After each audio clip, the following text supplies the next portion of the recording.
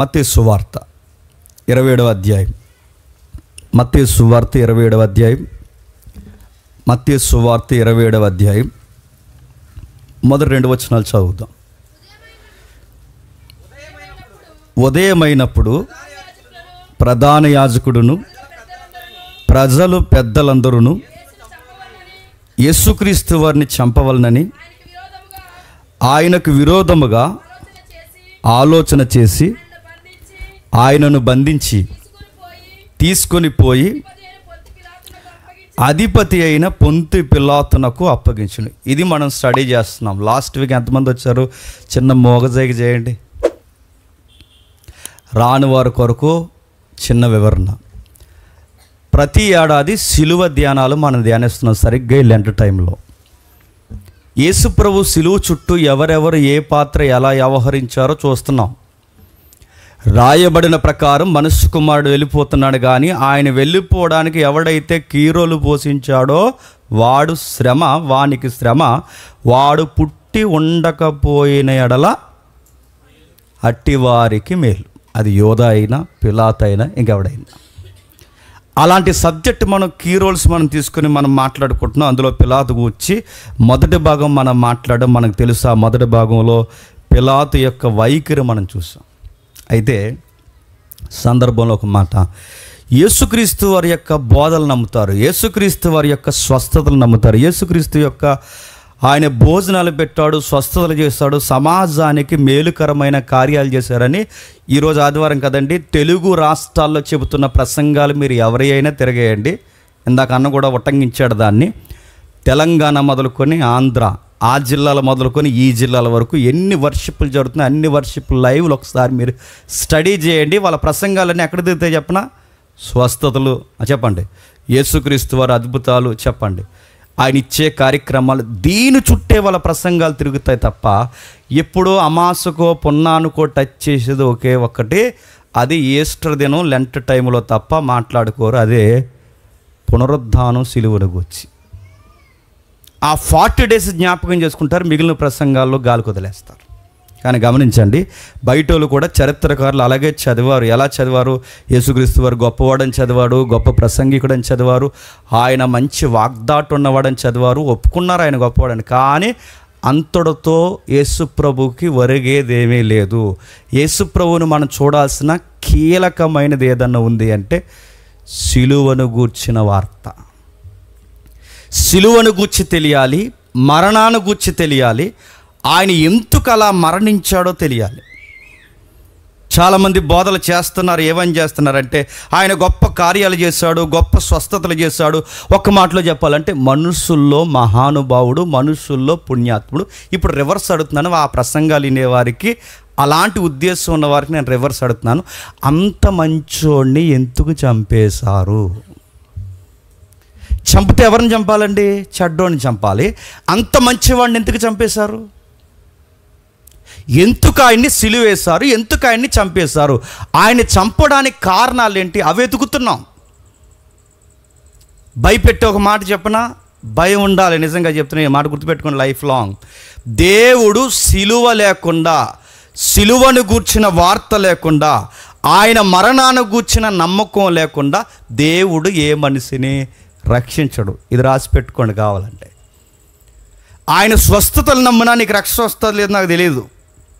మళ్ళీ చెప్తున్నాను, ఆయన బోధలు బాగున్నాయి, ఎగ్జాంపుల్స్ బాగున్నాయని అవి నమ్మితే నీకు రక్షణ వస్తుంది లేదు నాకు తెలియదు. కానీ ఆయన పుట్టాడు, మరణించాడు, తిరిగి లేచాడు, నా కొరకు చనిపోయాడని ఎవడైతే ఈ కంటెంట్ నమ్ముతాడో వాడికే రక్షణ. ఇది నమ్మనంత కాలము నువ్వు యేసుప్రభుని ఎంత పొగిడినా ఆయనకు ఒరిగేదేమీ లేదు. అందుకే ఆయన మరణం అనేది చాలా ఇంపార్టెంట్.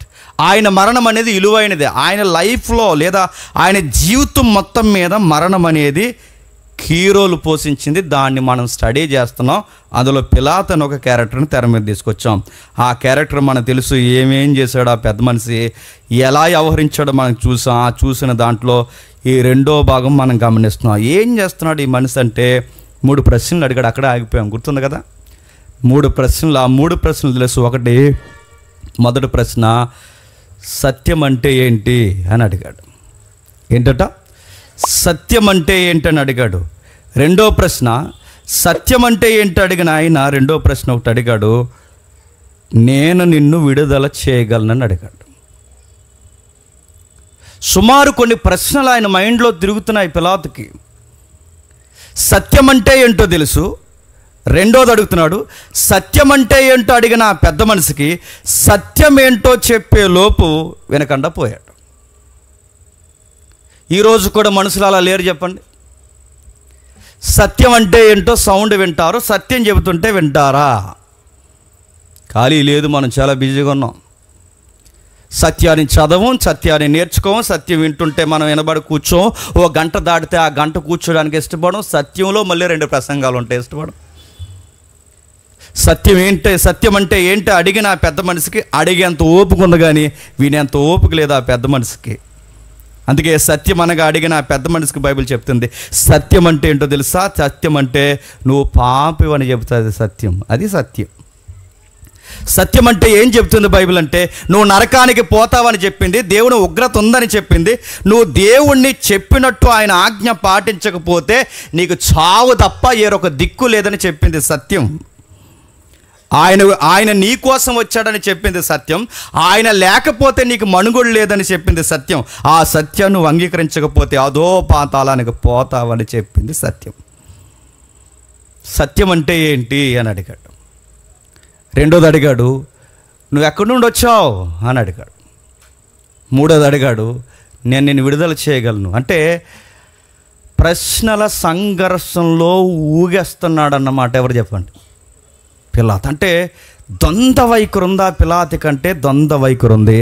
ప్రశ్నల పరంపరలో ఊగుతున్నాడు. ఆ ప్రశ్నల పరంపరలో ఆయన ఊగుతున్నప్పుడు ఒక మాట అన్నాడు, నేను నిన్ను విడుదల చేయగలను తెలుసా అన్నాడు.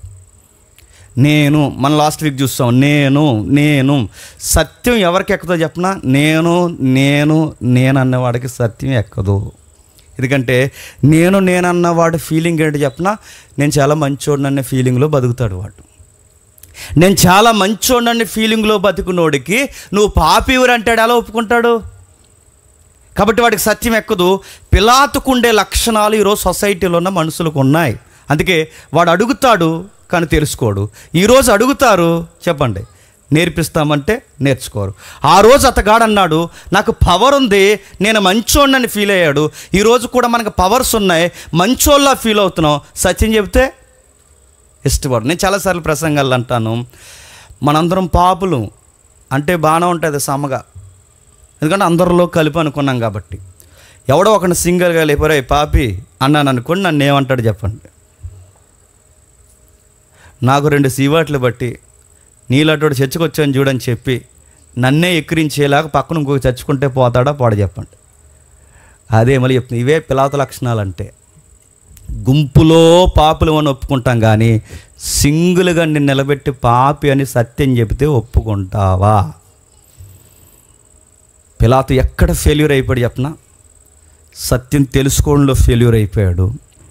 నేను అనే అహంకారంలో ఫెయిల్యూర్ అయిపోయాడు. మూడవది దిమనస్సు ఉందగనక ఫెయిల్యూర్ అయిపోయాడు. దిమనస్సు అంటే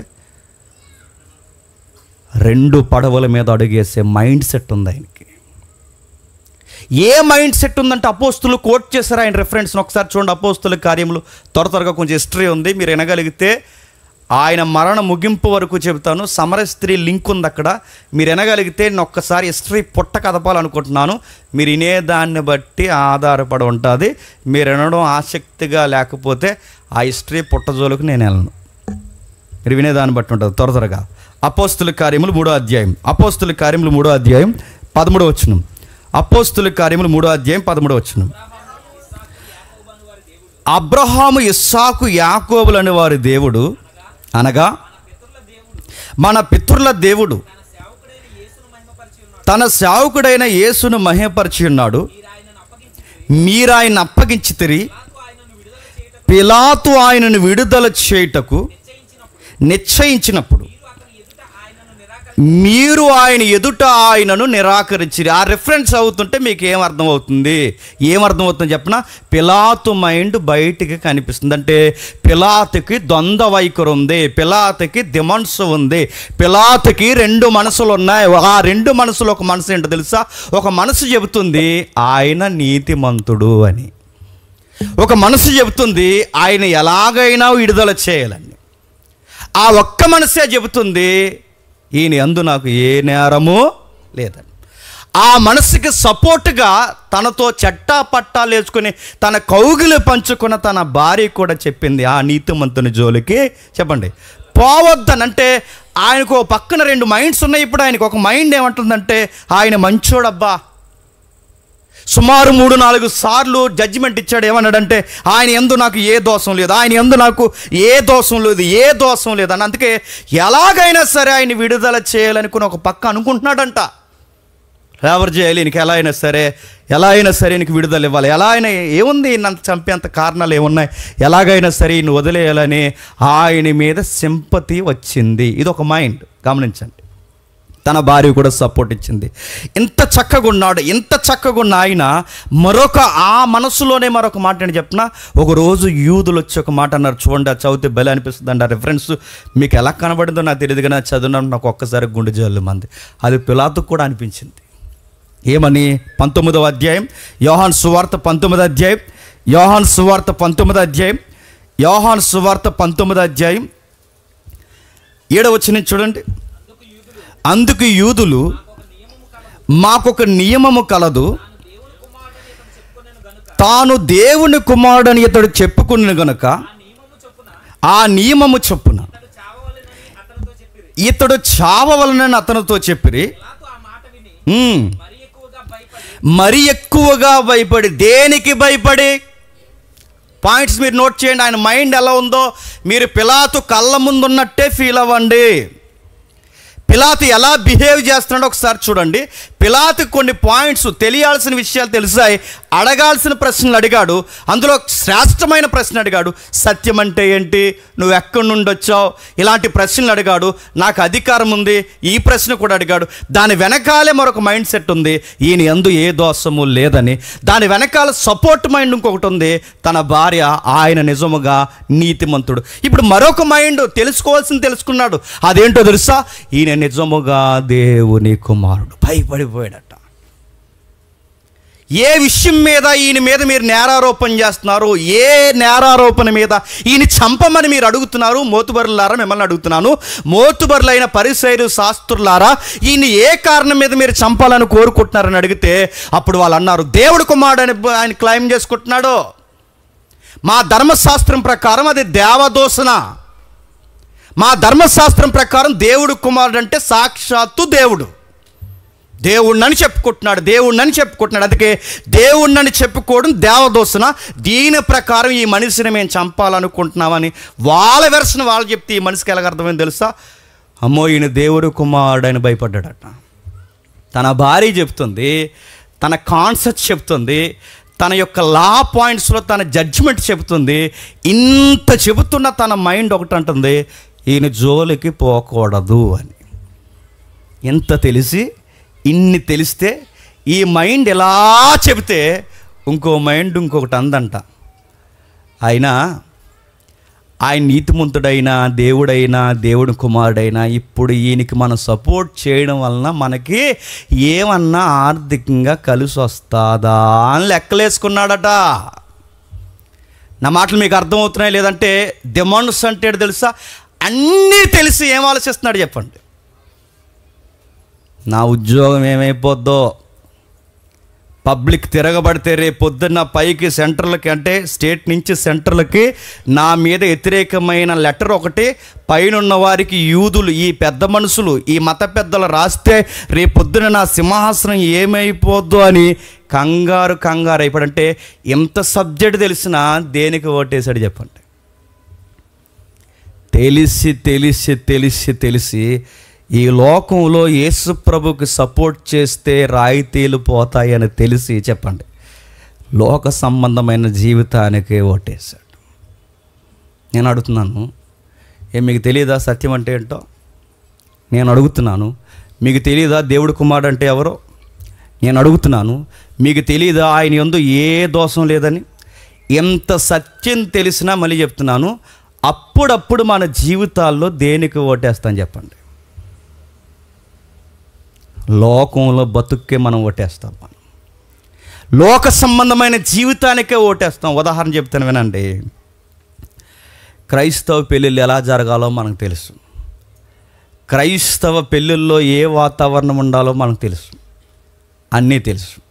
ఒక క్రైస్తవుడు క్రైస్తవురాలను చేసుకోవాలని తెలుసు. ఇప్పుడు నువ్వే ఉన్నావు, నీకు పెళ్ళిడికి వచ్చిన కూతురు ఉంది, ఆ కూతురికి సంబంధం వచ్చింది, నీకు ఈ మైండ్ ఉంది. సత్యం ఏమని ఉందంటే, విశ్వాసకి ఇచ్చే పెళ్లి చేయాలి, దేవుడి కోసం బతికితే చాలా, అబ్బా ఇంకేమొద్దనే మైండ్ నీకుంది. కానీ పక్క నుంచి ఇంకో మైండ్ వస్తుంది, కుర్రోడు మంచోడండి, ఎన్ఆర్ఐ అండి, నెలకి 2 లక్షలండి, మంచి ఫ్యామిలీ అండి, దేవుడి కోసం ఏముందండి, తర్వాత ఆయన తెలుసుకుంటారు, ఒకసారి ఆలోచించండి అనగానే డింగుమని నీ మనసు ఏమంటుంది చెప్పు? నిజాయితీగా ఒప్పుకో, ఏమంటుంది చెప్పు? వెంటనే ఇంకో మైండ్ ఏమంటే చెప్పిన నిజమే, ఒకప్పుడు మనం కూడా మారేమేంటి, తర్వాత మారేం కదా, అలాగే వాడు మారతాడు, మార్చేస్తుందిలే మా పిల్ల అలాంటిది అడుగుతున్నాను. ఇలాగ అడ్జస్ట్ అవ్వా అని మళ్ళీ చెప్తున్నాను. ఈ అడ్జస్ట్మెంట్ మైండేనండి పిలాతు గారికి ఉంది. క్షమించండి, పిలాతు గారికి ఉంది. ఎందుకంటే సొసైటీలో ఆయన నమ్మే వాళ్ళు ఉన్నారు, అందుకే కొంచెం నేను ఆ వర్డ్స్ ఉపయోగించకూడదు అనుకుంటున్నాను. ఎందుకంటే పిలాతుని యేసుప్రభు క్షమించాడని ఒక ట్రెడిషన్ ఉంది హిస్టరీలో, దాని జోలికి పోయిన, ఎందుకంటే మన టైం లేదు. ఇలాంటి మైండ్ సెట్ ఈరోజు ఉంది, పిలాతుకు ఉంది. అందుకే ఆ భయం పెట్టారు చూడండి. పిలాతు ఈ పాయింట్ దొరికేసింది పబ్లిక్కి. గవర్నమెంట్ ఎంప్లాయీస్కున్న అతిపెద్ద ప్రాబ్లం ఏంటి చెప్పినా చాలామంది తెలియదు. మరి నేను చెప్పొచ్చో లేదో, నా నోరాగదో చెప్పకుండా ఉండలేదు, చెప్తున్నాను. చాలామంది గవర్నమెంట్ ఎంప్లాయీస్కి భయపడతారా? కానీ మాట చెప్పిన, గవర్నమెంట్ ఎంప్లాయీ కన్నా ఒక పబ్లిక్ ఫిగర్కే ఫ్రీడమ్ ఎక్కువ ఉంటుంది, గుర్తుపెట్టుకోండి. గవర్నమెంట్ ఎంప్లాయీ ఉద్యోగానికి భయపడతాడు, ఆడు ఉద్యోగం మీద వ్యతిరేకంగా ఒక లెటర్ వచ్చినా, స్థానికంగా పబ్లిక్ తిరగబడినా అతను డిఓ అక్కడి నుంచి కదిలిపోద్ది, అవసరమైతే సస్పెండ్ అయిపోతాడు, ఏదని జరుగుతారు. అందుకే ఆఫీసర్లు అంత త్వరగా పబ్లిక్కి ఎగనెస్ట్గా డెసిషన్స్ తీసుకోరు. ఎందుకు చెప్పినా, పబ్లిక్ అనేది తిరగబడితే ఎంత మోతుబరి ఉద్యోగమైనా అక్కడి నుంచి ఎగిరిపోద్ది. పబ్లిక్ అది తెలియక ఆయన గారు వచ్చి మనకి ఇలా పై బట్టను ఇప్పేసి ఆఫీసర్ గారు అనగానే మనది, అయ్యగారు అలా కాదండి, ఆ జానానే అలా మాదేనండి అయ్యగారు, కొంచెం మీరే న్యాయం చేసి పెట్టండి అని మనం కంగారు అయిపోతాం. విషయం ఏంటి చెప్పినా, మనం యూనిటీగా స్ట్రాంగ్గా నిలబడితే ఆఫీసర్ ఎవరైనా సరే మనకు సర్వెంట్ తప్ప మనం వారికి చెప్పండి సర్వెంట్స్ కాదు. ఇది లా, ఇది లా. ఇది అందరికీ తెలుసు లేదే, కానీ ఆ గడ్డాలు వేసుకుని నిలువు టంగీలు వేసుకుని వాళ్ళకి తెలుసు, వాళ్ళు మూతుబరులు కదండి, అన్నీ చదివేసి ఉంటారు. ఎవరు? ఆ పరిశీలి చేస్తారు. వాళ్ళకి తెలుసు కనుకే వాళ్ళు ఏ పాయింట్ రేట్ చేస్తున్నారు చూడండి. 19వ అధ్యాయం, అదే 19వ అధ్యాయం 11వ వచనం నుండి, అదే 19వ అధ్యాయం 11వ వచనం నుండి, నీకు పైనుండి ఇయ్యబడి ఉంటే తప్ప నా మీద నీకు ఏ అధికారము ఉండదు, అందుచేత నన్ను నీకు అప్పగించిన వానికి పిలాతు ఈ మాటను బట్టి ఎలాగైనా విడుదల చేయుటకు యత్నించెను. కానీ ఆ మాటను బట్టి విడుదల చేయుటకు యత్నించినట్టు దాని అర్థం ఏంటండి? దేవుడిని కూడా ఎంతో కొంత చెప్పండి నమ్ముతున్నాడు, దేవుడిని నమ్ముతున్నాడు, దేవుడు కుమారుడిగా నమ్ముతున్నాడు, నీతిమంతుడిగా నమ్ముతున్నాడు, దోషం లేదని నమ్ముతున్నాడు, నమ్మాల్సిన విషయాల్లో నమ్ముతున్నాడు, సత్యానికి ఎంతో కొంత చెవినిస్తున్నాడు, ప్లేస్ ఇస్తున్నాడు. ఇలాంటి మనసు కలిగి సపోర్ట్ చేద్దామనుకునే సమయానికి మెజారిటీ పీపుల్స్ తిరగబడిపోయారు. ఎవరైనా గవర్నమెంట్ ఎంప్లాయీస్ ఉంటే లైవ్లో కానీ ఇక్కడ సీన్లో కానీ ఎవరైనా ఉంటే మీ అందరికీ నేను చెప్తున్నాను, మీరు గవర్నమెంట్ సెక్టార్లో ఉన్నప్పుడు మీకు ఇలాంటి ప్రాబ్లమ్స్ ఖచ్చితంగా ఎదురవుతాయి. నీకు తెలుసు క్రిస్టియానిటీ అనేది ట్రూ వే అని నీకు తెలుసు. ఆ టైంలో నువ్వు స్టాండ్ తీసుకుంటే కొన్ని పనులు అవుతాయి అని తెలుసు. ఆ పరిస్థితి దేవుడు నీ దాకా ఎందుకు తీసుకొచ్చాడంటే నీకు తెలుసు, నువ్వు ఏదో ఒక పాత్ర పోషించి దేవుని యొక్క మార్గానికి నువ్వు సుగమం చేస్తావని దేవుడు నీ దగ్గర తీసుకొస్తే దీనివల్ల నా జాబ్కి ఎక్కడ ఎఫెక్ట్ అయిపోద్దామో అని సైడ్ అయిపోయి ఎంప్లాయీస్ లేరు. అది చెప్పండి. మా డిపార్ట్మెంట్లో ఇంతమంది ఉన్నారు. వాళ్ళ క్రిస్టియన్ ఆఫీసర్స్, నాకు తెలుసు, క్రిస్టియానిటీ తెలుసు, వాళ్ళకి చర్చికి పోతారు వాళ్ళు. కానీ పని వచ్చి ఒక పనికి మాలోళ్ళు ఏ లోపం లేకపోయినా చర్చి మీద 70 లెటర్లు రాసి, చర్చి మీద 70 వంకలు పెట్టి, చర్చి ప్రేమ అనురాగం అనేక విషయాలు బోధిస్తుంటే అక్కడి నుంచి చర్చిని ఎలాగైనా తీసేయాలని తాగుబోతు పానపరాగాళ్ళు అందరూ వచ్చి లెటర్ పెడితే ఇది తప్పురా అని ఖండించకుండా ఎవరికి ఓటేస్తారు చెప్పండి? పానపరాగాలకే ఓటేస్తారు. ఎందుకో చెప్పనా? వాళ్ళు తిరగబడితే మళ్ళీ చెప్తున్నాను, దేవుడు గొడవ దేవుడు ఎరుగా, చర్చ్ గొడవ చర్చ్ ఎరుగా, నా ఉద్యోగం ఏమైపోద్దో అనుకుంటారు. పిలాతుకి ఇదే మైండ్ సెట్ ఉంది. అందుకే కరెక్ట్ కీ పాయింట్ పట్టుకున్నారండి. ఏమంటున్నారు చూడండి 12వ వచనంలో, ఈ మాటను బట్టి పిలాతు ఆయనను విడుదల చేయటకు యత్నం చేసిన కానీ యూదులు, నీవితను విడుదల చేసితివా? క్రైస్తవులకు స్నేహితుడవు కావు, తాను రాజునని చెప్పుకొని ప్రతివాడు కైసరుకి విరోధి. కైసర్ అంటే చక్రవర్తి. నువ్వు చక్రవర్తికి ఫ్రెండ్ అని చెప్పుకుంటావేటయ్యా అంటే మీరు ఒక కీ పాయింట్ ఉంది. చరిత్రలో ముడిపడిన విషయమే బైబిల్ మనకి ఎలిబరేట్ చేస్తుంది చూడండి. నిజముగానే పిలాతులు ఏ రోజులు ఎంతోమంది ఉన్నా పొంతు అనే ఉన్నా చూస్తారు. ఈ పొంతు అనే జిల్లా ఉందంట చరిత్రలో. పొంతు అనే జిల్లా ఉంటే ఆ జిల్లాను కొడితే ఆయనకు మంచి పేరు వస్తే ఇలాంటి ఫైటర్ పిలాతుగా ఉండాలని పొంతు అనే జిల్లాని జయించాడు కాబట్టి ఆయనకి ఆ పదవి ఇచ్చారట. అర్థమవుతుందా? ఆ ఫైట్ సీన్లో అక్కడ గవర్నమెంట్ కలిసి వచ్చే పనులు చేశాడని అలా ఫ్రెండ్ అయిపోయాడు. ఎవరు? కైసరు. అర్థమవుతుందో లేదా? అర్థమైపోయినా అర్థమైనట్టు చూడండి. అయిపో 9 అయిపోయింది ఇక్కడ. సరే, కైసరు ఫ్రెండ్ అయిపోయాడంటే వీళ్ళకి ఫ్రెండ్షిప్ కుదిరిందంటే మనోడికి ఇంకొక చరిత్ర కూడా ఉంది. ఏంటంటే చాలా యుద్ధాలు చేసి గెలిచి అంటే అనేక యుద్ధాలలో గ్లాడియేటర్ ఉందిగా, గ్లాడియేటర్ స్టోరీస్, రోమ్ కొలేసియం అలాంటి ఫైట్లు బయట ఎన్నో యుద్ధాలు చేస్తే ఒక మంచి పేరు వస్తే అప్పుడు గవర్నమెంట్లో ఈ పదవి ఇచ్చారంట ఆయనకి అంట. ఇది ఒక వెర్షన్ ఉంది బయట. అందుకే ఆయన పుట్టుక సరిగా ఉండదు. ఆయన ఎలా వచ్చాడు సరిగా ఉండదు. కానీ హిస్టరీ మాత్రం మనకి ఈ జోసెఫస్ ఇచ్చిన హిస్టరీ ప్రకారం మనకి తెలుస్తుంటుంది కొంచెం. సరే, మొత్తం మీద ఫ్రెండ్ అయ్యి నువ్వు ఫ్రెండ్ అని చెప్పుకుంటావేంటయ్యా? నువ్వు ఫ్రెండ్ అయితే నువ్వేం చేయాలి? చక్రవర్తికి విరోధిగా నేను చక్రవర్తిని అని చెప్పుకున్నవాడికి నువ్వు సపోర్ట్ చేస్తున్నావంటే ఆ చక్రవర్తికి నువ్వు ఎలా ఫ్రెండ్ అవుతావు? అంటే మీ ఫ్రెండ్కి నష్టమైపోయినా పర్లేదు, మీ కైసరికి నష్టమైపోయినా పర్లేదు, నీకు మాత్రం బాగుండాలని చూస్తున్నావా నీ జడ్జిమెంట్లో?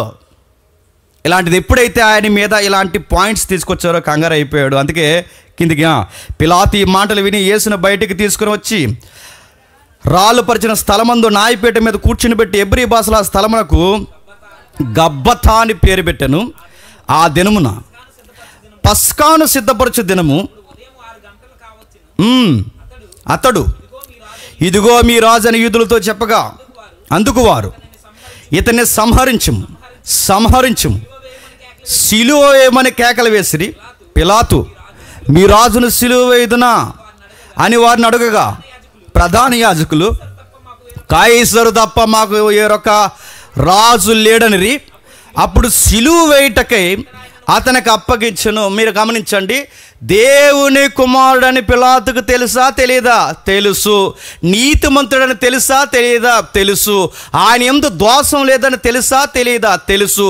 తన భార్య, తన కౌగులుగా పంచుకున్న భార్య చెప్పింది ఆయన జోలికి పోవద్దని. ఇంత సబ్జెక్ట్ తెలిసినా సిలువకు అప్పగించాడు అంటే ఒక మైండ్ ఏమో ఎలాగైనా విడుదల చేయాలనిపిస్తుంది, మరొక మైండ్ ఆయనకి ఏం చెప్తుందంటే చెప్పండి, ఉద్యోగం పోతే ఎలా బతుకుతున్నారు అబ్బాయి, ఉద్యోగం పోతే రాయితీలు లేకపోతే ఎలా బతుకుతున్నారు అబ్బాయి, ఇక దేవుడు తర్వాత బతుకుంటే బొలసాకు తిందాం, ముందు ఈ ఉద్యోగం కూడా చూద్దామని చెప్పి దేనికి ఓటేశాడు చెప్పండి?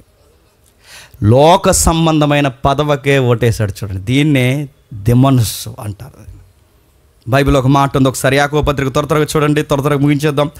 యాకోబు పత్రిక మొదటి అధ్యాయం 7వ వచనం. యాకోబు పత్రిక మొదటి అధ్యాయం 7వ వచనం.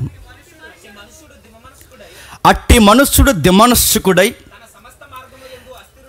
తన సమస్త మార్గముల యందు అస్థిరుడు గనక ప్రభువన్న తనకి ఏమైనను దొరికినని తలంచుకొనరాదు.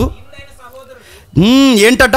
దిమనస్సుకుడైన వాడు ప్రార్థన చేస్తే ప్రభువు వలన ఏదన్నా దొరుకుతాదని అనుకోకూడదు. ఎందుకంటే బైబుల్ ఖచ్చితంగా చెప్తుంది, గమనిక పెట్టుకుని మరీ చెప్తుంది. బైబుల్ నువ్వు గుక్క తిప్పుకోకుండా మరీ చెప్తుంది. నువ్వు రెండు మనసులతో ప్రార్థన చేస్తే నీ ప్రార్థనకి దేవుడు చెప్పండి జవాబు ఇవ్వడట. ఉంటే పూర్తిగా దేవుళ్ళో, పోతే పూర్తిగా లోకంలో, ఉంటే అటో ఇటో అంతే. నువ్వు అటు ఇటు ఉంటానంటే దేవుడు నీ ప్రార్థనలకి జవాబు ఇవ్వడు గాక ఇవ్వడు. కొన్నిసార్లు దేవుడు మాకు ఎందుకు జవాబు ఇవ్వట్లేదంటే పిలాతుగాళ్ళలో ఉన్నావేమో, అందుకే ఇవ్వట్లేదేమో. పిలాతు లక్షణాలు ఉన్నాయేమో, కొంతసేపు ఇలా ఊగుతావు, కొంతసేపు అలా ఊగుతావు. ఆ రోజు ఏలియా ఇదేగా అడిగాడు. ఏలియా ఏమని అడిగాడండి?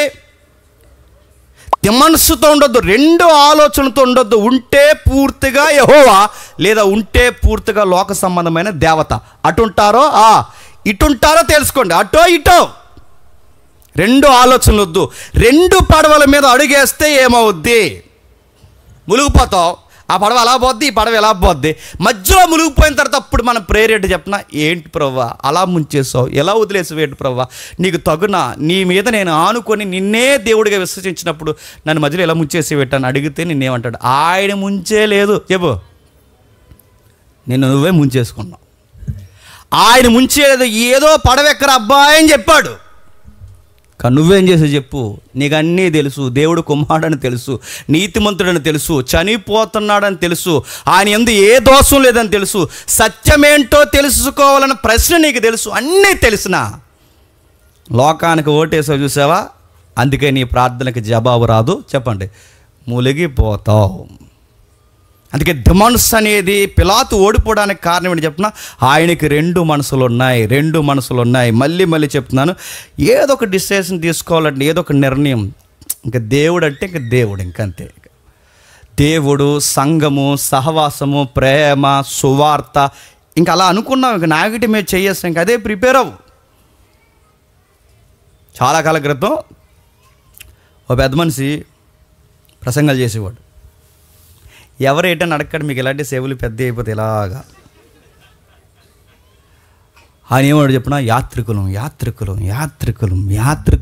ఈ భూమి మీద మనకి ఏముంది? యాత్రికులం. ఈ భూమి మీద ఏమి కూడబెట్టుకోకండి, ప్రభు త్వరలోనే రాబోతున్నాడు. గొప్ప ప్రసంగాలు చేసి 3 స్టేర్లు బిల్డింగ్ కడిగాడు ఆయన. అప్పుడు దగ్గరకున్న ఈ శిష్యగణంగా ఉంటారు కదా, వాళ్ళు అడిగారు, సార్ అంతా ఏమి కూర్చుకోద్దంటే మొత్తం అన్నీ మేము అమ్మేసి అలాగే ఇలా చేసాం, మీరు 3 స్టేర్లు బిల్డింగ్లు వేస్తారు ఏంటి సార్ అంటే, ఇలా రారా శివులే చెప్పాడట, అక్కడ అలాగే అంటాంరా, ఇక్కడ ఎలా ఉంటాంరా అన్న. చంపేయాలండి వీళ్ళందరినీ. అక్కడ అలాగే అంటారట, ఇక్కడ ఎలా చేస్తారట అడుగుతున్నాం. ఇదే దిమన్సు. అర్థమయ్యే వాళ్ళకి అర్థం వద్దండి, ఈ మాట చాలా బరువైన మాట. ఒక ఆత్మీయ జీవితంలో కొనసాగుతానని దేవుడిని నమ్ముకొని ఆత్మీయ జీవితంలో శారీరకమైన అవసరాలు ఎతుకుతున్నావంటే నీకు అసలు దేవుడు అర్థమయ్యాడా? పిలాతుకి 2 ఊగుతున్నాయి. పూర్తిగా దేవుడు కాదు, చెప్పండి, పూర్తిగా లోకం కాదు, సగం. చివరికి నాకు ఏం తెలియదని చేతులు కడిగేసుకున్నంత ఈజీ కాదు, గుర్తుపెట్టుకోండి. నాకేం తెలియదని చేతులు కడిగేసుకున్నంత ఈజీ కాదు. దేవుడు ఏమన్నాడు తెలుసా? నువ్వు చేతులు కడుక్కున్నంత మాత్రాన పాపము బయటికి పోదు. 2 మనసుల వల్ల నాశనం అయిపోయాడు. 2 పడవ మీద అడిగేసిన వల్ల నాశనం అయిపోయాడు. పిలాతు ఎందుకు నాశనం అయిపోయాడు అంటే చేతులు కడిగేసుకున్నాడట అని అడుగుతున్నాను. చేతులు కడిగేసుకుంటే బైబిల్లో ప్రభు ఒక స్టేట్మెంట్ ఇచ్చాడు, ఎంతమందికి గుర్తుందో? నా పక్షమునుండవాడు, చెప్పండి, నా పక్షమును ఉండనివాడు, చెప్పండి, నాకు విరోధి. నువ్వు చేతులు కడుక్కుంటే ఎవడికి కావాలి? కాళ్ళు కడుక్కుంటే ఎవడికి కావాలి? తలస్నానం చేస్తే ఎవడికి కావాలి? నువ్వు ఉంటే ఆయన సైడు, చెప్పండి, లేకపోతే బయట. ఉంటే బయట, లేకపోతే ఆయన. ఇప్పుడు నేను అటు ఇటు కాదు, నాకు సంబంధం లేదు, మధ్యలో చేతులు కడిగేస్తానంటే ఆయన ఏమన్నాడు చెప్పండి? నా పక్షం లేకుండా నువ్వు చేతులు కాళ్ళు కడుక్కున్నా, చెప్పండి, నాకు విరోధవి పిలాత్. నువ్వు నాకు విరోధవే, నువ్వు ఒప్పుకోకపోయినా నాకు విరోధవే. పిలాతు మనస్సు ద్వంద్వ వైఖరితో ఉంది. పిలాతు మనస్సు ద్వంద్వ వైఖరితో కాదు, ఇంకొక దరిద్రం ఉంది పిలాతు మైండ్లో. ఇంకోటి చెప్పిన, పబ్లిక్ పిచ్ ఉంది పిలాతుకి. ఏ పిచ్చి? Public pitch. ఎక్కడుంది ఒకసారి చూడండి, ఒకసారి మార్కు సువార్త, త్వరగా మార్కు సువార్త 15వ అధ్యాయం. పిలాతు ఎలా ఫెయిల్యూర్ అయిపోయాడు చూడండి. ఒకవేళ ఎలాంటి మనలో ఉంటే మార్చుకుందాం. మేము ఎలాగ ఉంటామంటే మధ్యలో మునిగిపోతాం. మార్కు సువార్త 15వ అధ్యాయం 15వ వచనం. జన సమూహమును సంతోషపెట్టుటకు మనస్సు గలవాడై ఏంటట? జన సమూహమును సంతోషపెట్టుటకే. మళ్ళీ ప్రశ్న అడుగుతాను చెప్పండి. ఈయనకి దేవుడు కుమారుడని తెలుసా తెలియదా? తెలుసు. ఈయన నీతిమంతుడని ఆయనకు తెలుసా తెలియదా? తెలుసు. ఈయన సిలువ వేయకూడదని ఆయనకు తెలుసా తెలియదా? తెలుసు. ఆయన సత్యవంతుడు, సత్యం కొరకు సాక్ష్యం ఇవ్వడానికి పుట్టాడని తెలుసా తెలియదా? ఇన్ని తెలిసినా ఎవరు సంతోషం కోరుకున్నాడు చెప్పండి? మళ్ళీ చెప్తున్నాను, ప్రజలను సంతోషపెట్టాలని కోరుకున్న ఎవరికైనా మిగిలేది చివరికి అమాయకపు ఒంటరి సమాధే మిగులుతుంది. మీరు నమ్ముతారో లేదో, చరిత్ర చదివితే గిజగిజలాడిపోయాడు పిలాతు. ఎలా చనిపోయాడు చెప్పనా? ఒంటరిగా సూసైడ్ చేసుకుని చచ్చిపోయాడు. ఇస్కరియోతు యూదా ఎలా చనిపోయాడో అలానే చనిపోయాడు. ఎవరో తెలుసా? పిలాతు కూడా. పిలాతు చరిత్ర మీరు ఎన్ని పుస్తకాల్లో ఆధారాలు ఉన్నాయి. పిలాతు ఈ పొంతు పిలాతు కొరకు ఎన్ని ఆధారాలు ఉన్నాయి చరిత్రలో. ఇన్ని ఆధారాలున్నా మళ్ళీ చెప్తున్నాను, ఆయన సూసైడ్ చేసుకుని చచ్చిపోయాడు. ఇంకా జీవించకండి. సూసైడ్ చేసుకుని చనిపోయాడు. ఘోరాతి ఘోరంగా చనిపోయాడు. అందుకే ఆయనకి ప్రజల పిచ్చుంది. మరో వచనం చూడండి, లూకా సువార్త త్వరగా ముగిద్దాం. 23వ అధ్యాయం, లూకా సువార్త 23వ అధ్యాయం త్వరగా 16వ వచనం నుండి. లూకా సువార్త 23వ అధ్యాయం 16వ వచనం నుండి. నేను అతన్ని శిక్షించి విడుదల చేయదని వారితో చెప్పగా, 16వ వచనంలో ఒక మాట ఉంది. 16లో 15లో చివరి మాట, ఇదిగో మరణమునకు తగినది ఏది ఇతడు చేయలేదు కాబట్టి నేను అతన్ని శిక్షించి. అదేంటండి? ఆ 2 వచనాలు పక్కపక్కన చదువుతుంటే మీకు ఏమనిపిస్తుంది? మరణానికి తగినది ఏది ఆయనకి లేదు. మరణానికే కాదు, అసలు ఏ పనిష్మెంట్ ఇవ్వడానికి కూడా ఆయన ఎందుకు చెప్పండి, ఏ దోషం లేదు. ఆయన మైండ్ మీరు చదవండి. ఆయన తప్పుడు వ్యక్తి కాదని తెలిసినా ఏమంటున్నాడు చెప్పండి? అతను నేను శిక్షించి వదిలేస్తాను అన్నాడు. మళ్ళీ అడుగుతుంది, తప్పుడు వ్యక్తి కాదన్నప్పుడు ఎందుకు శిక్షిస్తావు అంటే ఒక నిలకడ ఉండదా నీకు? ఒక సమాధానం ఉండదా నీకు? ఉండదు. ఇంకా వారందరూ వీడిని చంపివేసి మాకు బరబ్బాని విడుదల చేయమని ఏకగ్రీవంగా కేకలు వేసిరి. వీడి పట్టణంలో జరిగించిన ఒక అల్లరి నిమిత్తము, నరహత్య నిమిత్తము చెరసాల్లో వేయబడిన వాడు పిలాతు యేసుక్రీస్తు వారిని విడుదల చేయగోరి వారితో తిరిగి మాట్లాడినను, వీనిని సిలువ వేయము, సిలువ వేయమని కేకలు వేసిరి. 3వ మారు అతడు ఎందుకు ఏ దుష్కార్యము చేసెను, ఇతని యందు మరణానికి తగిన కారణం ఏది నాకు కనబడలేదని చెప్పాడు.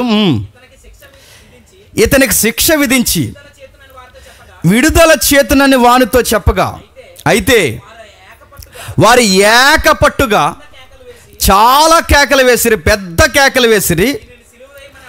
వీడిని సిలువ వేయమని అడుగగా వారి కేకలే గెలిచెను. కాగా వారు అడిగినట్టే జరగవలనని పిలాతు జడ్జిమెంట్ చెప్పి అల్లరి నిమిత్తము, నరహత్య నిమిత్తము చెరసాల్లో వేయబడిన వాడిని వారు అడిగినట్టే వారికి విడుదల చేసి యేసును వారికి ఇష్టం వచ్చినట్లు చేయుటకు అప్పగించని. ఇప్పుడు బాగా వినండి, మనం కూడా కనబడతాం, జాగ్రత్తగా వినండి. పిలాతుకి తన మనస్సాక్షి చెప్తుంది. ఏమని చెప్తుంది? ఒక పక్క తన భార్య చెప్తుంది, మరో పక్క తన మనస్సాక్షి చెప్తుంది, మరో పక్క ఎదురుగా సత్యము నేనే అని ప్రభువు చెప్తున్నాడు. ఇన్ని చెప్పినా ఓటు ఎవరికి వేశాడు చెప్పండి? ప్రజలు మెప్పుకే ఓటు. అంటే ఈ మనిషికి ఫేమ్ పిచ్చుందన్నమాట, ప్రజల పొగడతలు పిచ్చుందనమాట. ఆ ఫేమ్కే ఓటేసాడు. ఇప్పుడు మనం కూడా ఏంటో తెలుసా? మనం కూడా ఈరోజు చూడండి, నీకు వాక్యం వినబడుతుందని నీకు తెలుసు. రెండవది, ఈ వాక్యం వింటున్నప్పుడు నీ మనసు నీకు ఏమనిపిస్తుంది తెలుసా? ఎలాగైనా సరే చెప్పండి, దేవుని కోసం బతకాలబ్బా, దేవుని కోసం ఏదో ఒకటి చేయాలబ్బా అనిపిస్తుంది ఖచ్చితంగా. వాక్యం విన్నప్పుడు వాక్యానికి ఉన్న పవర్ అది ఖచ్చితంగా అనిపిస్తుంది. నీకు ఎన్ని విషయాలు వినబడుతున్నాయి చూడు. ఒకటి, నీకు వాక్యం ప్రభు నేరుగా చెప్తున్నాడు. 2, నీ మనస్సాక్షి కూడా చెప్తుంది ఈ వాక్యం కోసం బతకపోతే ఇంక దేని కోసం బతుకుతావురా అని. 3, దేని చెప్పిన సంఘమంతా కలిసి చెప్తుంది మనం దేవుని కోసం బతకాలని. ఇన్ని విన్న తర్వాత మనం ఓటు దేనికి వేస్తాం చెప్పండి? లోకానికే ఓటేస్తాం. అతగాడు ఎలాగైతే అన్నీ తెలిసి పక్క గెంటేశాడో, నీకు సంఘం తెలుసు, వాక్యం తెలుసు, మనస్సాక్షి తెలుసు, నీకు వాక్యం ఎరిగిన వారు సలహాలు తెలుసు, అన్నీ తెలిసినా అప్పుడప్పుడు నువ్వు ఒంటరిగా ఉన్నప్పుడు నువ్వేం చేస్తావు చెప్పు? నువ్వు లోకానికి ఓటేస్తున్నావు. ఇది పిలాతు కదా, ఇది పిలాతు లక్షణాలు కదా. మనుషులు మెప్పు కోరుకున్నవాడు ఎవడైనా, మళ్ళీ మళ్ళీ చెప్తున్నాను, వాడికి ఒంటరి సావు, ఒంటరి సమాధే మిగిలింది. గలతీ పత్రిక మొదటి అధ్యాయం, గలతీ పత్రిక మొదటి అధ్యాయం 10వ వచనం చూడండి. గలతీ పత్రిక మొదటి అధ్యాయం 10వ వచనం. మనుషుల దయను సంపాదించి చూసుకొనుచున్నానా, దేవుని దయను సంపాదించుకోవడానికి చూస్తున్నానా? నేను మనుషులను సంతోషపెట్టేవాడినైతే, నేను ఎప్పటికీ మనుషులను సంతోషపెట్టేవాడినైతే, నేను ఎప్పటికీ క్రీస్తు దాసుని కాదు, దేవుణ్ణి నమ్మిన వాడిని కాదు. ఒక మాట చెప్పాలంటే నేను బిలీవర్ని కాదు. మళ్ళీ మళ్ళీ చెప్తాను చూడండి. జనాలు పిచ్చి కోరుకున్నాడు ఎవడో బాగుపడినట్లేదండి. జనాలు పిచ్చి కోరుకున్నాడు బాగుపడినట్లేదు. ఈ మధ్యకాలంలో దరిద్రం పిచ్చి వచ్చాడు ఒకటి వచ్చింది చెప్పిన, అందరికీ జనాలు పిచ్చి వచ్చింది. అందుకే చూడండి, రీల్స్ ఎందుకు పెరిగిపోయినాయండి? రీల్స్ చెప్పండి. జనాలు చూడాలి, షేర్ చేయండి, లైక్ చేయండి, కామెంట్ కూడా చేయండి, సబ్స్క్రైబ్ అవ్వండి, మమ్మల్ని ఫాలో అవుతూనే ఉండండి. ఇలాంటి కంటెంట్ కొరకు మన ఛానల్ని దివారాత్రులు ధ్యానించండి కాదు, ఫాలో అవ్వండి. పిచ్చి నడుగుతున్నాను. రీల్స్ పిచ్చిలో పడి భర్తలను చంపేసుకున్నా చెప్పండి, సంసారాన్ని వదిలేసుకున్న భార్యలు లేరా? రీల్స్ పిచ్చిలో పడి భార్యలను చంపేసిన భర్తలు లేరా అని అడుగుతున్నాను. ఈ పిచ్చి ఎలా వచ్చింది? చాలామంది కాపురంలో చిచ్చెట్టేదేడు చెప్పండి. ఎందుకే ఈ రీల్స్ మనకి? ఎందుకంటే నన్ను చాలామంది ఫాలో అవుతున్నారు, మీరు నన్ను అలా డిస్కరేజ్ చేయకండి అంత పిచ్చి. మళ్ళీ చెప్తున్నాను, జనాల పిచ్చి పట్టిందో పోతావు. ఈ మధ్యకాలంలో చాలా యాప్లు వచ్చినాయి, నాకు పేర్లు గుర్తురావట్లేదు కానీ ఇన్ని యాప్లో ఎలా తీసుకుంటారు ఫోటో, ఎలా తీసుకుంటారు ఫోటో, ఎలా తీసుకుంటారు ఫోటో, ఎలా తీసుకుంటారు. డ్రైనేజీలో నిలబడి తీసుకున్నారండి ఫోటో దంపతులు. ఎందుకురా అంటే డిఫరెంట్గా ఉండాలనంట. నేను అడుగుతున్నాను, పిచ్చి పిచ్చి సోషల్ మీడియా అడుగుతున్నాను. ఇంతమంది కనబడుతున్నారు సోషల్ మీడియాలో పిలాతులు పిలాతులు. మరి చెప్తాను పిలాతులు కదా చెప్పండి. నేను చాలాసార్లు చెప్తానండి, నీకు ఎంత పిచ్చి చెప్పినా నీ మీద నీకు పిలాతగల్లాగా వాట్సాప్ డీపీ వాకింగ్ కూడా ఎట్టుకోను. ఎవరిని ఎట్టుకుంటా చెప్పు చెప్పు, నీ బొమ్మ ఎట్టుకుంటావు నువ్వు. నేను అడుగుతున్నా, దీన్నే సెల్ఫ్ లవ్ అంటారు, దీన్నే పిలాతగల లక్షణాలు ఇవే. ఇప్పుడు నువ్వు డీపీ చూసిన వెంటనే వారవా అన్న నువ్వు ట్రై చేయలేదు కానీ అన్న చెప్పండి, నేను ఎక్కడ ఉండవలసిన కదా అనగానే దేవుళ్ళకి వచ్చాక మానేహం తమ్ముడు అన్నీ ఆ 4 పుణ్యాను అక్క ఎక్కడైది అని అడిగారట. ఇంత ఫాస్ట్గా కనబడుతున్నారు, ఎక్కడిది అనగానే అక్కడ అన్నారట. నేను అడుగుతున్నాను, ఇదే ఫేమ్ కోసం ఫేస్బుక్లు నడుస్తున్నాయి, ఫేమ్ కోసం ఇన్స్టాగ్రామ్స్ నడుస్తున్నాయి, ఫేమ్ కోసం కొత్త కొత్త యాప్స్ వచ్చినాయి, ఫేమ్ కోసం ఫేస్ యాప్లు వచ్చాయి, ఎన్ని రకాలు వచ్చాయి చెప్పండి. ఫేమ్ లైక్లు కామెంట్లు నడుతున్నాను. సోషల్ మీడియాలో ఎవరైనా నీకు సపోర్ట్ చేయకుండా కామెంట్ పెడితే రాత్రికి అన్నం తిన్న బ్యాచ్ ఉన్నారంటే మీరు నమ్మగలరా? నాకు ఎందుకు వ్యతిరేకంగా కామెంట్ పెట్టారు? అర్జెంట్కి ఇప్పుడు మీడియాలో ఆన్ చేసి ఎవరిని ఇచ్చేస్తే కానీ నాకు మనశ్శాంతి ఉండదు. ఇప్పుడు నడుతున్నాను పిలాతు లక్షణం. నేను మనుషును మెప్పు కోరువాడైతే నేను ఎప్పటికీ దేవునికి క్రీస్తుకి దాసుని కాదు. ఇదే క్వశ్చన్ వాళ్ళకి వచ్చింది అపోస్తులకి. ఏమన్నారు తెలుసా? రే గట్టి కొడుతున్నాం అబ్బాయి, పబ్లిక్లో చాలా న్యూసెన్స్ చేస్తున్నారు, మీ వల్ల లాండ్ ఆర్డర్ ప్రాబ్లం వస్తుంది, మీరు సువార్తకి వార్తను తిరిగి మీరు నజరేయుడైన యేసు నామాన్ని మీరు ప్రకటిస్తే మీ వల్ల మాకు చాలా ప్రాబ్లమ్స్ వస్తున్నాయి, గవర్నమెంట్కి వ్యతిరేకమైన ప్రోగ్రామ్ చేసినట్టు మీ తాట తీస్తామంటే అప్పుడు వాళ్ళు ఏమన్నారు తెలుసా? చూడండి ఒకసారి అపోస్తుల కార్యములు 4వ అధ్యాయం 19వ వచనంలో, అపోస్తుల కార్యములు 4వ అధ్యాయం 19వ వచనంలో, అందుకు పేతురును అపోస్తుల యోహాను గారు ఏమన్నారంటే వారిని చూసి దేవుని మాట వినాలా మనుషుల మాట వినాలా? ఏం ప్రశ్న అండి వాళ్ళు? అదండి అపోస్తులు అంటే. ఊరకే అపోస్తులు అనలేదు వాళ్ళని. దేవుని మాట వినాలా మీ మాట వినాలా? మేము దేవుని మాటే వింటాం. పబ్లిక్ అంతా ఒకవైపు నిలబడి మా మాట మీరు వినాలని ఎన్ని కేకలు వేసినా చెప్పండి, మీ మాట వినముగాక వినం. మళ్ళీ చెప్తున్నాను, ఇందాక మనం చదువుకున్నాం, వారి కేకలే గెలిస్తాయి. సోదరా, క్రైస్తవుడా, విశ్వాసి సహోదరులకి అందరికీ నేను చెప్తున్నాను, వారి కేకలే గెలిస్తాయి. నీ చుట్టూ కూడా చాలా కేకలే ఉన్నాయి. నీ లైఫ్లో ఆ కేకల్ని గెలవనివ్వకు. వారు చాలా రమ్యమైన కామెంట్లు పెడతారు, గెలవనివ్వకు.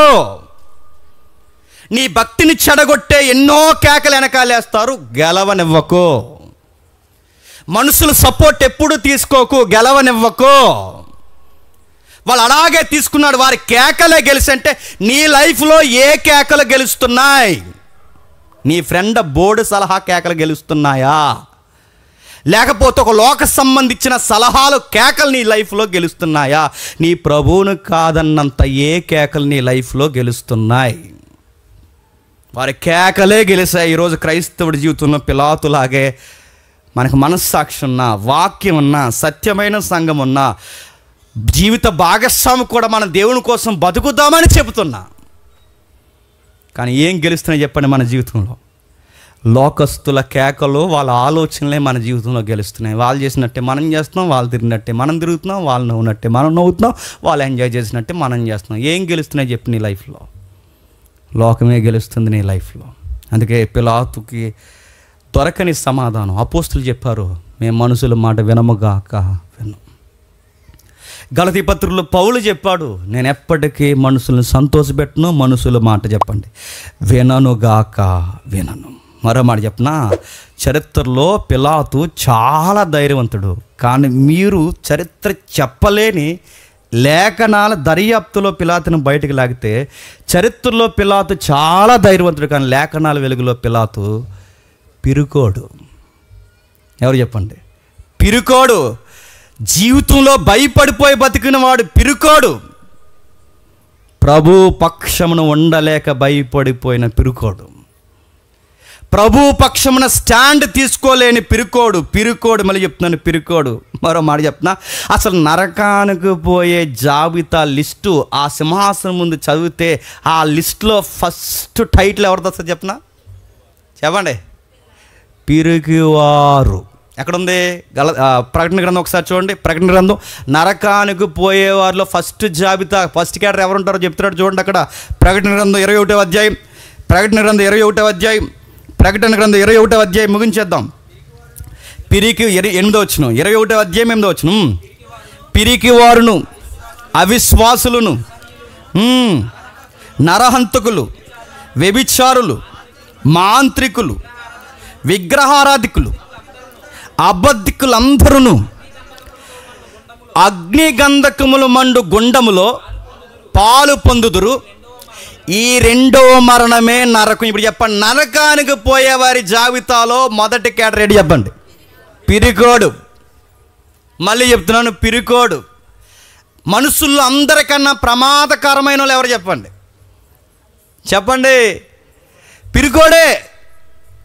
ఆడి పిరుకోడు కాబట్టి ఆడితో ప్రమాదం. ఎందుకు చెప్తున్నా? కొంచెం ధైర్యవంతుడు. ఆడు ఏదో ఒక నిర్ణయం తీసుకుని మనకు ఏదో ఒక సవాల్ ఇస్తుంది, ఇలా చేద్దాంరా, అలా చేయలేదు. పిరుకోడు అలా చేయడు. మనం ఏదో చేసేద్దామని ముందు మనం ఇంకా ఏమీ చేయకుండానే ఆడు మనల్ని ఏదో చేస్తాడు. ఆడితే అంత ప్రమాదం. అందుకే మునిగిపోయిన దగ్గరికి వెళ్ళామనుకుండా ఆయన రక్షిస్తున్నావురా అని చెప్పినా ముందు మనం పీకెట్ నొక్కేసి ఆడితో పాటు మనల్ని తీసిపోతాడు. జంతువుల్లో పిరికిది ఎలుగుబంటి అయితే మనుషుల్లో ఎలుగుబంటి లాంటి వాళ్ళు చెప్పండి పిరుకోళ్ళు. దేవుడికి నచ్చిన జాబితాలో ఒక జాబితాని చెప్పిన, ప్రతిదానికి దేవుడిని నమ్మి కూడా భయపడిపోయే పిరుకోలు దేవునికి చెప్పండి నచ్చరుగాక నచ్చరు. ప్రభువా నేనేం పెద్ద సిగరెట్లు కాల్చలేదు ప్రభువా, నేను సినిమాలకు వెళ్ళలేదు ప్రభువా, నేను వ్యభిచారం చేయలేదు ప్రభువా, నేను చాలా నిష్టగరిష్టగా ఉన్నాను, నన్ను ఎందుకు నరకానికి పంపేసి ప్రభువా అంటే పిరికేదవరా అందుకే పంపేసానని చెప్తాడు. పెద్ద నీకు కారణాల ఆర్గ్యుమెంట్కి ఏమో అవసరం లేదు. ఆ రోజు నువ్వు ప్రతి దానికి భయపడిపోతే అది చాలు నువ్వు పోవడానికి. ఎక్కడికి చెప్పండి? నరకానికి పోతావు. ఓకే, ఇంత పిలాతు, ఇంత చరిత్ర, ఇలాంటి పిలాతు ఇంత ధైర్యశాలిగా బయట కనబడుతున్న పిలాతు ఇంత పిరుకోడు ఎలా చనిపోయాడంటే, అవసరానికి ఈ వచనాలు ఈ చరిత్ర చెప్తే కానీ మీకు ఎన్నిసార్లు చదువుకున్నా అర్థం కాకపోవచ్చు. అందుకే నేను ప్రేమించి చెబుతున్నాను, నాకే రమ్యంగా అనిపించింది మీకు చెప్తాను నేను త్వరగా. ఎలా చనిపోయాడంటే, ఒక పర్వతాన్ని జయిస్తూ చనిపోయాడు. ఆ పర్వతం పేరు మౌంట్ గెరిజిమ్ అనే పర్వతాన్ని జయించి చచ్చిపోయాడు. ఈ పర్వతం ఏ పర్వతం అండి అని మీరు అనుకోవచ్చు. సమరయ స్త్రీ ఉంది కదా, తెలుసా తెలీదా? ఆవిడ పేరు నాకు తెలీదు, లేదు బైబిల్లో. సమరయ స్త్రీ ఉందిగా, అక్కడ ఒక టాక్ జరుగుతుంది యేసు ప్రభు వారికి ఆవిడికి, తెలుసు కదా. ఒకసారి చూద్దాం, ఒకసారి అక్కడ రండి, ఒకసారి పిలాతు ఎలా చనిపోయాడు ఒకసారి చూద్దాం. పిలాతు ఎలా చనిపోయాడో యోహాను సువార్త 4వ అధ్యాయం, యోహాను సువార్త 4వ అధ్యాయం 19-20 అనుకుంటా, చూడు ఒకసారి. 21, 19 నుంచి చదువు. అప్పుడు ఆ స్త్రీ, అయ్యా నీవు ప్రవక్తవని గ్రహించుచున్నాను. మా పితరులు ఈ పర్వతమందు ఆరాధించిరి, కానీ ఆరాధించవలసిన స్థలము యెరూషలేములో ఉన్నదని మీరు చెప్పుదురని ఆయనతో అనగా, ఆ కాలమందు ఈ పర్వతం మీదైనను యెరూషలేములోనైనను మీరు తండ్రిని ఆరాధింపురు. ఇప్పుడు బాగా వినండి. ఆ వచనాలు చదువుతుంటే ఏం అర్థమవుతుంది? ఏం అర్థమవలేదని అర్థమైంది. చరిత్ర ఉంది అక్కడ. ఏముందంటే మౌంట్, బాగా వినండి, అంటే 2 పర్వతాలు ఉన్నాయి. ఒకటి జెరూసలేం పట్టణం. అంటే యెరూషలేం పట్టణం ఏ పర్వతం మీద ఉందండి చెప్పాలండి? ఏ రూపాయల ప్రశ్న చెప్పండి. యెరూషలేం పట్టణం ఏ పర్వతం మీద ఉంది? సియోను పర్వతం మీద ఉంది. ఏ పర్వతం? ఇది కూడా వెళ్దాం మనకు, చూసారా? అందుకే పిలాతలు అంటాం మనం. మీకు తెలుసు, గుర్తుండదు, ఎందుకంటే 2 మనుషులు కదా, మరి చాలా బిజీగా వచ్చి ఉంటారు. సియోను పర్వతం. సియోను పర్వతం మీద యెరూషలేం పట్టణం ఉంటే, ఆ మ్యాప్ అలానే ఉంచు. సియోను పర్వతం మీద యెరూషలేం పట్టణం ఉంటే, అంటే యెరూషలేం పట్టణం సియోను పర్వతం మీద ఉంటే, దీనికి అదే పట్టణం, అంటే అదే పట్టణం లాగా మరో దేవాలయాన్ని గెరేజీము అనే పర్వతం మీద కట్టారు. ఎవరు కట్టారు? ఆ ఏరియాలో 10వ నెంబర్ ఉందో చూడండి. అక్కడ 10వ నెంబరు, అక్కడ బాక్స్లో ఏరో మార్క్ తిప్పుతాడు, 10వ నెంబర్ ఉంది చూసారా? అక్కడ 10వ నెంబర్కి, ఆ బాక్స్ దగ్గరికి వెళ్ళు. బాక్స్ దగ్గరికి ఒకసారి, బాక్స్లో 12 గోత్రాలు చూడండి. అక్కడ ఎక్కడ 10వ నెంబర్ దగ్గర ఎవరున్నారండి? అక్కడ ఏ గోత్రికులు ఉన్నారు? ఎఫ్రైం. ఇప్పుడు అక్కడికి రా. అక్కడికి వస్తే మొత్తాన్ని పోయావు. అక్కడ ఒకసారి అక్కడ రా. ఆ 10వ నెంబర్ దగ్గర రా ఒకసారి. ఇప్పుడు చూడండి, ఈ గెరేజీం అనేది లోతట్టు ప్రాంతం. బాగా వినండి, దీని రకరకాల సౌండ్లు ఉన్నాయి హిస్టరీలో. ఈ గెరేజీ అనే ఈ కొండకి రకరకాల పంట పొలాలు పండుతాయి. దిగువ ప్రాంతం, చిత్తడి నేల, బాగుంటుంది. పైగా అదే ఏరియాలో ఒకటి ఎఫ్రాయిము వారు ఉండేవారు. ఎఫ్రాయిము దేనికి క్యాపిటల్గా వ్యవహరించిందంటే, ఇజ్రాయేల్ 10 గోత్ర వాళ్ళకి క్యాపిటల్గా వ్యవహరించిన ఏరియా ఏంటి? Ephraim area. ఎఫ్రాయిం ఏరియాలో రాను ఆ ప్రాంతాన్ని ఎలా పిలిచారంటే సమరయ పట్నం. ఎందుకు సమరయ అయిందంటే, ఈ బబులోను సామ్రాజ్యం వారు, మీకు అర్థమైనట్టు చూడండి, 9:30 అయిపోయింది, కొంత అరేటి చదువుతున్నారు, అందుకే చెప్తున్నాను. ఈ బబులోను సామ్రాజ్యం వారు వీళ్ళని తీసుకెళ్ళిపోతారుగా. వీళ్ళని తీసుకెళ్ళిపోయిన తర్వాత మళ్ళీ తిరిగి వస్తారు కొన్ని జాతులు. వీళ్ళు తిరిగి వచ్చినప్పుడు మిక్స్ అయిపోతారు. అంటే అన్యులు ఇశ్రాయేళ్ళు కలిసిపోతారు. అంటే ఎఫ్రాయిము గోత్రికులు, ఈ అన్యులు కలిసిన తర్వాత వీళ్ళు కలిస్తే ఒక కొత్త జాతి పేరు వచ్చింది. వాళ్ళ పేరే చెప్పండి, సమరీయులు.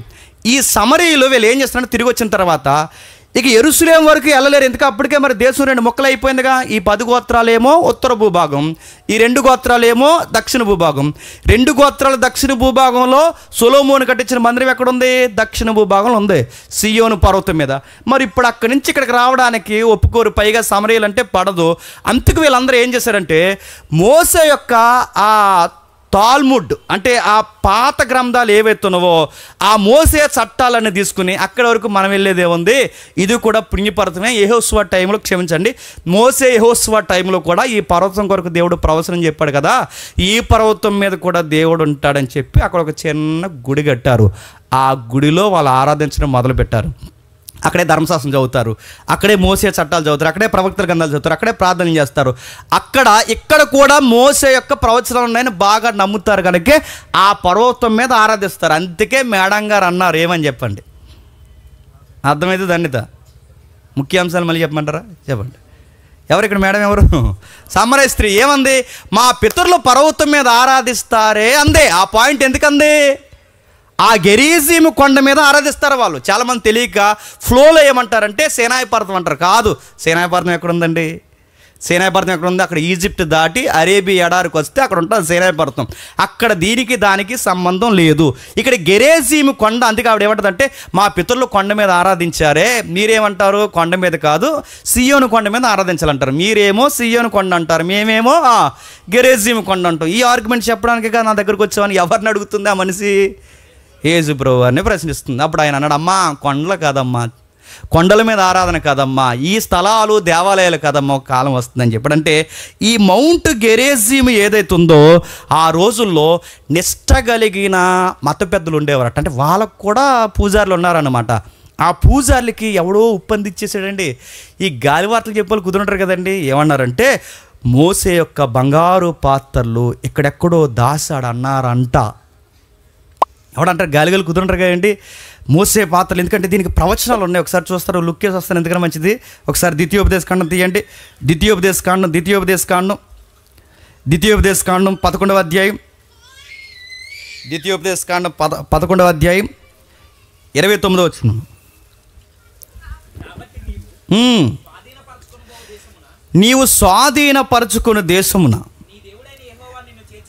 నీ దేవుడైన యెహోవా ఈ కానాను భూభాగానికి చేర్చిన తర్వాత గెరేజీం అనే కొండ మీద నా దీవెన వచనమును.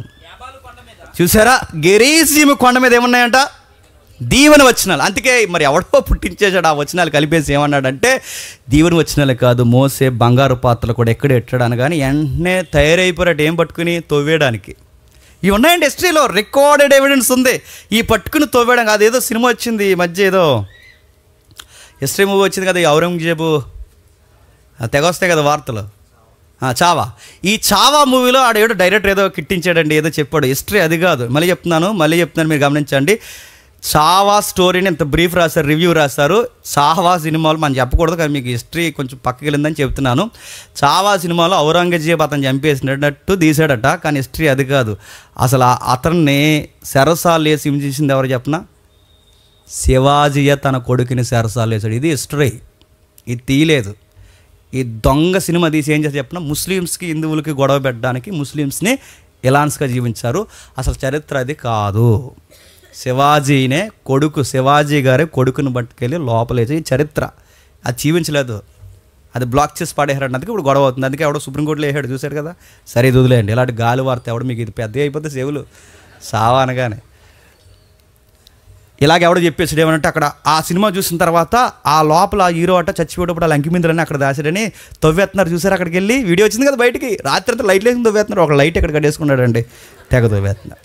ఇలాగే ఆ పర్వతం మీద తవ్వడానికి వెళ్ళారట. బాగా వినాలి, పిలాతు కోసం వస్తున్నాం. అలాగే ఆ పర్వతం మీద తవ్వడానికి వెళితే ఈ పర్వతం మీద తవ్వుతున్నప్పుడు అసలే సెంటిమెంట్ లేండు. పైగా మోసే పాత్ర కోసం ఎదుగుతున్నారు. వీళ్ళ ఆయుధాలతో ఎప్పుడైతే అక్కడ రెడీ అయ్యారో ఈ వార్త ఆ ఏరియాకి ఆఫీసర్కి ఉన్న ఆయన సేవలో పడింది. ఆ ఏరియా ఆఫీసర్ ఎవరు? పిలాతు. ఆ పిలాతు చెవిలో పడిన వెంటనే ఎవడో మన మీదకి దండయాత్ర వస్తున్నారు, లేదా ఎలా టీమ్గా ఫామ్ అయ్యారా, ఎలా మన మీదకి రాజ్యం మీద తిరగబడేలా ఉన్నారని కారణాలు తెలియకుండా, ఎంక్వైరీ పూర్తిగా చేయకుండా అక్కడికక్కడే వాళ్ళని చంపేసి ఊరు తీసేశాడు. ఎవరు? పిలాతు. ఈ పిలాతే, పొంతు పిలాతే. వాళ్ళని ఎప్పుడైతే అలా చంపేశాడో వాళ్ళ చంపేసిన వెంటనే ఎంక్వైరీ స్టార్ట్ చేశారు. ఎందుకంటే రోమా ప్రభుత్వంలో ఎలా పడితే అలా చంపేయకూడదు. అప్పుడు ఎవర్రా చంపింది? మౌంట్ మీద చంపేశాడు కదా, గెరేజీం మీద చంపేశారంటే ఇంకెవరు? కైసర్ అడిగారు. కైసరికి అక్కడి నుంచి ఇన్ఫర్మేషన్ అయింది, మిగిలిన అధికారులు ఉంటారుగా, సార్ ఇలా చంపేశారు సార్ అంటే పైకి అప్పుడు కైసరు ఒక ఎక్తుండేవాడు, ఈయనకి స్నేహితుడు. ఇందాక చదువుకున్నాగా, ఈయన స్నేహితుడు ఎవరంటే టిబేరియస్ అనే ఆయన కొంచెం లాజికల్గా మెయింటైన్ చేసి వాళ్ళిద్దరూ. మావాడేగా ఉన్నాడు, కొంచెం ఎక్స్ప్లెయిన్ ఇస్తే కేసు పోదలే ఏముండదు అనుకున్నాడు. ఈ ఎంక్వైరీకి వచ్చేసరికి ఈ ఇన్ఫర్మేషన్ ఇవ్వడానికి ఇటలీ బయలుదేరుతారు. ఇక్కడి నుంచి ఈ ప్రాంతం నుంచి బయలుదేరి వెళ్తున్నప్పుడు ఈ దరిద్రం ఏంటంటే అక్కడికి వెళ్ళే లోపు టిబేరియస్ చచ్చిపోతాడు. జరిగింది ఇది చరిత్ర. ఆ టిబేరియస్ ఎప్పుడైతే చనిపోతాడో కాలిగులా అనే ఒక చక్రవర్తి మళ్ళీ ఆడ వస్తాడు. కాలి అంటే మీకు ఆడ గుర్తురాకూడదు. కాలిగులా అని మళ్ళీ ఒక కైసర్ వస్తాడు. అంటే 36లో వీళ్ళని చంపేశాడు మౌంట్ మీద. ఎవరిని? ఈ సమరీల్ని, ఈ ఆయుధాలు పట్టుకుని వచ్చిన పొరపాటు చంపేశాడు. 36లో ఆయన చంపేశాడు. 36 చివరిలో కాలిగులా అని ఆయన మళ్ళీ కైసర్ ఇంకొక ఆయన వచ్చాడు. అంటే టిబేరియస్ కైసర్గా పోగానే ఈ కాలిగులా అనే ఆయన కైసర్కి వచ్చాడు. ఈ కాలి అనే కైసర్కి ఉన్న టైంలోనే అగ్రిప్ప చదువుకుంటాక అపోస్తుల కార్యంలో ఆ అయామంతా జరిగింది ఈ చక్రవర్తి కాలంలోనే వస్తుంది. పౌలు గారి చరిత్ర, అపోస్తుల అంతా. ఎందుకంటే 36 వరకు, ఇది 37 నుంచి చరిత్ర స్టార్ట్ అవుద్ది. ఈయన వచ్చిన తర్వాత ఆడో రకం ఎవడు? ఆ ఖాళీ గులగాడు అదో రకమైతే ఏదవుతుండో ఆడేం చేశాడంటే ఇతనికి సపోర్ట్ చేయడానికి భయం పట్టించింది. ఎందుకంటే కారణాలు లేకుండా ఎంక్వైరీ చేయకుండా ఈ మనిషిని నువ్వు చంపేసావు కనుక నీ సంగతి తేలుస్తాను, అదే గనక రైట్ వేలో నువ్వు చంపకుండా పొరపాటును చంపుంటే నువ్వు అధికారమైన నేను తీసేస్తానని పైనుంచి శాసనాలు ఎప్పుడైతే వచ్చాయో భయపడి అటు ఇటు తిరిగి వాగ్దానాల కొండ మీద రక్తం గార్చాడు కనుక తట్టుకోలేక భయపడి చెప్పండి సూసైడ్ చేసుకుని చచ్చిపోయాడు. ఇది చరిత్ర. మరో మాట చెప్తాను చూడండి. ఇదే లూకా సువార్త ఒక విచిత్రమైన పదం జ్ఞాపకం చేశాడు. ఒకసారి చూడండి, త్వరగా ముగించేద్దాం. లూకా సువార్త 23వ అధ్యాయం ఎలా చనిపోయాడు చూడండి. లూకా సువార్త 23వ అధ్యాయం 11-12 వచనాలు చూడండి. తన సైనికులతో కలిసి ఆయనను తృణీకరించి అపహసించి ఆయనకి విలువైన వస్త్రములు తొడిగించి పిలాతునొద్దకు మరలా పంపెను. అంతకుముందు హేరోదును ఒకనికి ఒకరు శత్రులై ఉండిరి, ఆ దినమునని ఒకనికి ఒకరు మిత్రులైరి. బాగా వినండి. ఇంకెంతమంది ఫ్రెండ్ సర్కిల్ ఉందండి? అప్పటి వరకునేమో ఫ్రెండ్ ఉన్నాడు, ఎవరు పైన పెద్దోడే ఈయన ఫ్రెండ్, బాగున్నాళ్ళే అనుకునే టయానికి అసలోడే చచ్చిపోయాడు. నేను మళ్ళీ అంటున్నాను, చేసిన పనులు ఎక్కడికి బావు, తిప్పు కొడతాయి, చివరికి ఒంటరిగా చచ్చిపోయాడు. యోధా అలాగే చనిపోయాడు, చెప్పండి, పిలాతు అలాగే చనిపోయాడు. ఈయనకి ఇలాంటి ఫ్రెండ్ ఉన్నాడు, వీళ్ళిద్దరికి పడదట. మళ్ళీ ప్రశ్న, వాళ్ళిద్దరికి ఎందుకు పడదు? అసలు వాళ్ళిద్దరికి ఎందుకు పడదంటే మళ్ళీ చిన్న ప్రశ్న చెప్పి నేను త్వరగా ముగిస్తాను. గలిలయ నజరేత్ తెలుసు కదండి. ఈ గలిలయ నజరేత్ ఏదైతుందో గలిలయ మండలానికి ఆఫీసర్గా పనిచేస్తున్నది ఎవరు? హేరోదు. సరిగ్గా గలిలయలో ఉన్నవారు నజరేతులో ఉన్నవారు కుదురుంటారంట. అందుకే నజరేతు నుంచి ఏది మంచిది రాదు. వీళ్ళు కుదురుండరు.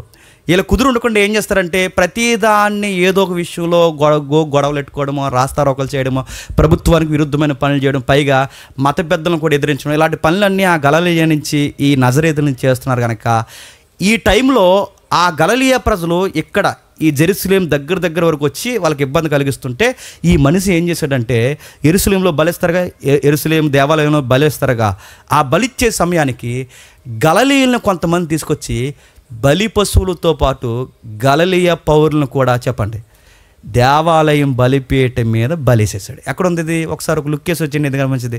లుక్కేసి రండి ఒకసారి. లూకా సువార్త 13వ అధ్యాయం మొదటి వచనం చూడండి. లూకా సువార్త 13వ అధ్యాయం మొదటి వచనం. పిలాతు గలిలయలోని కొందరు రక్తము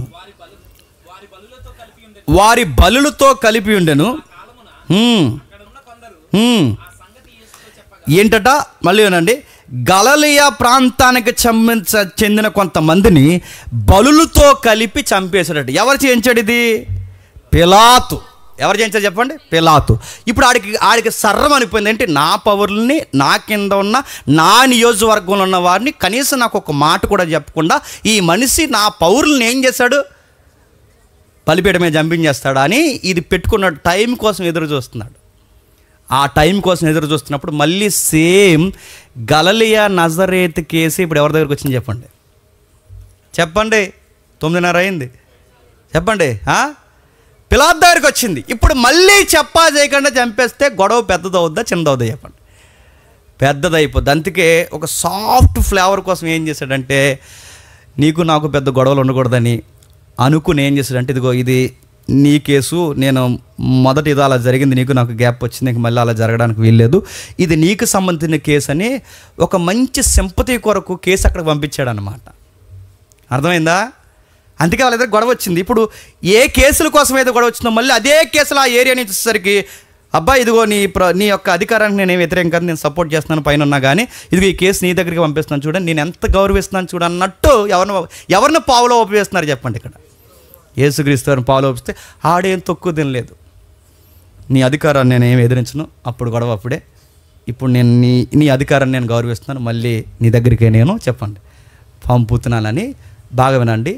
వీళ్ళు అటు ఇటు పంపుకునేలాగా అప్పటి వరకు గొడవలు ఉన్న వీళ్ళకి చెప్పండి స్నేహితులు అయిపోయారంట. నేను మాట చెప్తున్నాను వినండి. హేరోదు స్నేహితుడు, కైసరు స్నేహితుడు, సైనికులు స్నేహితులు, ఇంత వీరోచితమైన కార్యాలు ఉన్నాయి. ఇన్ని ఉన్నా ఎలా చచ్చిపోయాడు చెప్పండి? ఒంటరిగా చనిపోయాడు. ఎందుకు చనిపోయాడు చెప్పండి? సత్యం అంటే ఏంటో అడిగాడు. అడిగిన వాడు చెబుతుంటే వినకుండా కాలయాపన చేసినందుకు చచ్చిపోయాడు. రెండవది, దేవుడు కుమారుడంటే ఏంటో బాగుగా ఎరగాడు. ఉద్యోగం కోసం ఆలోచించి చచ్చిపోయాడు. మరలా నీతి ఏంటో నీతిమంతుడేంటో ఎరగాడు. వచ్చిన వాడు మన కొరకు మరణించడానికి దోషం లేకుండా చనిపోతున్నాడని తెలిసాడు. మైండ్ అంతా ఒకవైపు చెప్తున్నా, కాన్షియస్ అంతా ఒకవైపు సపోర్ట్ చేస్తున్నా, లోకపు కేకలను నమ్మి చెప్పండి తన జీవితాన్ని తానే చేతులారా చెప్పండి పాడు చేసుకున్నాడు. పిలాతు ఎందుకు చనిపోయాడంటే కారణాలు ఏమన్నా అవ్వచ్చండి. మళ్ళీ చెప్తున్నాను, కారణాలు యుద్ధానికి వెళ్ళాడా, పొరపాటుని చంపాడా, కొండ మీద గొడవ ఎన్ని వదిలేండి. దేవుడితో వచ్చిన గొడవ చెప్పినా మనకి బయట చదువుకోవడానికి కారణాలు అలా కనబడతాయి, కానీ ఆన్సర్ ఒకటే చెప్పండి, వాడు క్రీస్తుకి వ్యతిరేకంగా వెళ్ళాడు. కారణాలు ఏదైనా అవ్వచ్చు, కానీ చదివినోడికి అర్థమవుతుంది ఆన్సర్. ఆ మనిషి అలా చనిపోవడానికి కారణం సత్యమును తునీకరించాడు. ఇందాక పేతురు గారు మాట జ్ఞాపకం చేశాడు, నిన్ను విడిచి మేము ఎక్కడికి పోతాం, నిన్ను విడిచి మేము ఎక్కడికి పోతాం, నువ్వు నిత్య జీవ మాటలు గలవాడు, నిన్ను వదిలేసి మేము బయటికి పోయి నా నుండి వేరైన వాడు లోకంలో ఏమీ సాధించలేడు, నా నుండి వేరైన వాడు లోకం నుండి ఏమీ సాధించలేడు. ఇంత సత్యం తెలిసి, ఇంత వాక్యం ఎరిగి, ఇంత సహవాసం ఎరిగి, ఇంత దేవుని గురించి తెలిసి నువ్వు అప్పుడప్పుడు లోకంలో లొంగిపోతున్నావంటే నేను అడుగుతున్నాను, ఆయన నుంచి వేరై నువ్వు సాధించేదేమీ చెప్పండి లేదు. ఇంత పేరు ప్రఖ్యాతులు ఉండి ఎన్ని ఫైట్లలో గెలుచుంటాడండి, ఎన్ని యుద్ధాలు చేస్తే పదవి వచ్చి ఉంటుందండి, తన భార్య ఎన్ని సలహాలు ఇచ్చుంటుందండి, ఇన్ని చేసి లాస్ట్కు సాధించింది ఏంట్రా అబ్బాయి అంటే ఒంటరిగా చెప్పండి సూసైడ్ చేసుకుని చచ్చిపోయాడు. పిలాతుల లక్షణాలు ఉంటే జాగ్రత్త. నీకు ఎంతమంది సర్కిల్ ఆఫీసర్లు తెలుసో నాకు తెలియదు, నువ్వు చచ్చిపోయే టయానికి ఏ ఆఫీసర్ నీ కొరకు ప్రాణం పెడతారా? కైసర్ నీ కోసం వస్తాడా? ఏ రోజు నీ కోసం వస్తాడా? నీకు ఏ ఆఫీసర్లు తెలిసినా ఎవడు నీ దగ్గరికి రాడు. మళ్ళీ చెప్తున్నా, నీ ఉద్యోగం కూడా నీ ప్రాణాన్ని కాపాడదు, నీ ప్రజల కేకలు కూడా నిన్ను కాపాడు. రాసి పెట్టుకో, గుర్తు పెట్టుకో, ఈ లోకపు మెప్పు కూడా నిన్ను కాపాడదు. ఒకరోజు పిచ్చోడు అయిపోతావు, ఒంటరి అయిపోతావు. నువ్వు అనుకుంటావు నేను ఈ కారణం వల్ల చనిపోతున్నాను, కానీ నేను అంటున్నాను నువ్వు ఏ కారణం వల్ల చనిపోతావు చెప్పినా, యేసుప్రభుని తృణీకరిస్తే మరణం రకరకాల కారణాలు ఎదుర్కొంటుంది. ఆ కారణాలు ఏంటో తెలుసా?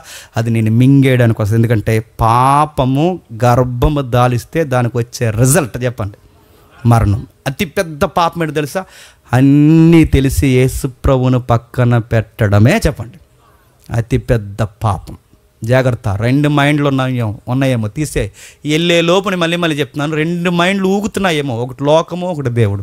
ఉంటే పూర్తిగా బైబిల్, ఉంటే పూర్తిగా సహవాసం, ఉంటే పూర్తిగా దేవుని ప్రజలు, ఉంటే పూర్తిగా దేవుని యొక్క మాటలు, దేవుని సేవ, ఉంటే పూర్తిగా ఇలా లేదు. నాకు లోకంలో 4 రోజులు ఉన్నాను, 60 రోజులు లేదా 60 సంవత్సరాలు నేను ఆనందంగా ఉండాలనుకుంటున్నావా? వెళ్ళిపో పూర్తిగా. దేవుడేమో ఆటకు బచ్చడు.